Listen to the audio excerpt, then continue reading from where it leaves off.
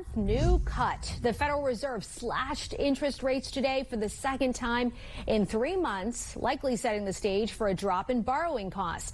The National News Desk, Geoff Harris joins us. Geoff, so economists, they expected another cut would be made before the end of the year. But what does this mean for Americans? Well, the cut made today was a quarter basis point, Dee, what was expected. Now, as for what that cut means for our wallets, it could help mortgage rates and also savings accounts.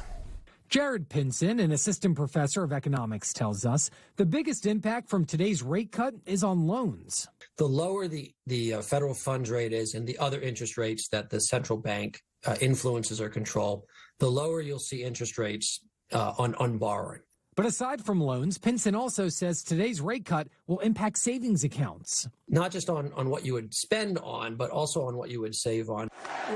As for whether or not the results from this week's presidential election played a factor in the rate cut, Pincin says no. The presidential election and what the incoming Trump administration is at least planning hasn't affected how they are thinking about their monetary policy.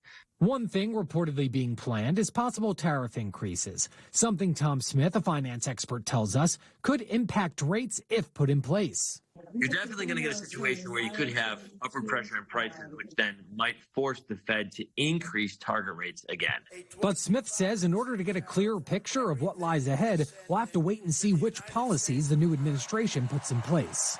We just have to be aware of how these policies unroll and what their potential impacts are.